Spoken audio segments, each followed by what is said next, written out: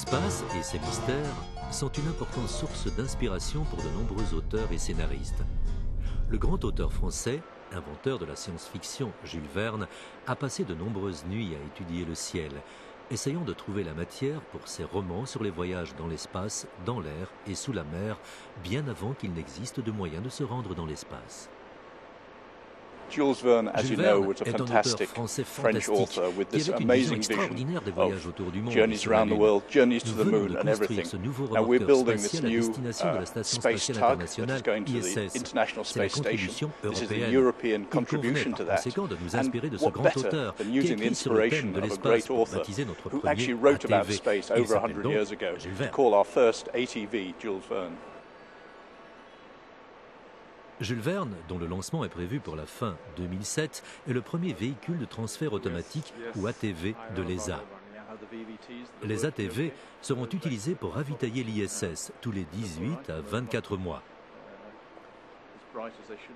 Jules Verne, qui pèse 20 tonnes et qui a la taille d'un autobus à 2 étages, est le plus grand vaisseau spatial jamais mis au point en Europe. À bord de l'ISS, les astronautes ont le strict nécessaire, mais hormis le superbe panorama, ils n'ont que peu de luxe. C'est pourquoi l'arrivée de t-shirts propres, d'une nouvelle brosse à dents, d'une boîte de leur nourriture préférée ou de courrier de leurs proches remonte bien le moral de l'équipage tout entier.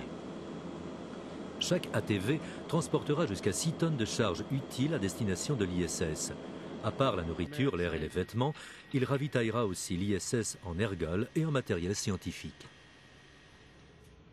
On amène également des charges utiles scientifiques. Ici, par exemple, on a une caméra, mais on a également des ordinateurs, des laptops, des batteries, des câbles de data, des pièces d'échange pour la station et tout ce qui sert à réussir des expériments scientifiques à la station.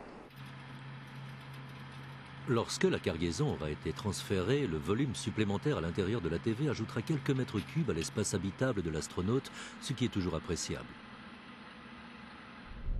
En effet, lors de son retour sur Terre, Jules Verne se transformera en poubelle géante, libérant un espace habitable et un espace de travail précieux dans d'autres parties de l'ISS. Lorsque nous aurons déchargé la cargaison dans l'ISS pour satisfaire aux besoins des astronautes, nous transférerons à l'ATV les déchets générés au fil des mois. Après 6 mois, l'ATV se séparera de l'ISS et au moment de sa rentrée dans l'atmosphère, il lâchera les déchets qui brûleront en toute sécurité au-dessus d'une région inhabitée du Pacifique. À part ravitailler l'ISS et éliminer ses déchets, l'ATV jouera un troisième rôle d'importance fondamentale pour la station. Tout ce qui se trouve dans l'espace perd lentement de l'altitude. Alors, tous les quelques mois, l'ISS doit reprendre de l'altitude et l'ATV aura du carburant à bord. Lorsqu'il sera fixé à l'ISS, il la poussera pour la maintenir en orbite. Jules Verne sera la plus grande charge utile jamais lancée par Ariane 5. L'arrimage à l'ISS sera une opération complexe et risquée. C'est pourquoi, jusqu'à maintenant, elle a toujours été contrôlée par les astronautes dans l'espace. Mais l'ATV effectuera des arrimages automatiques, contrôlés par GPS et par des rayons laser, une nouvelle technologie avec laquelle les scientifiques et ingénieurs de l'ESA se familiarisent depuis des mois.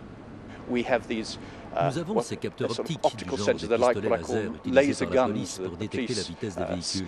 Nous allons utiliser des lasers réfléchissants sur la station spatiale et le signal reçu en retour nous dira exactement comment nous allons aborder l'ISS et procéder à un arrimage automatique. C'est un défi extraordinaire qui n'a jamais été relevé jusqu'à présent. Avec son énorme capacité en matière de charge utile et sa technologie d'arrimage automatique, Jules Verne n'a pas seulement un rôle fondamental pour les opérations de l'ISS au cours des 10 prochaines années. C'est aussi un moyen d'impliquer encore plus l'Europe dans l'exploration de notre système solaire.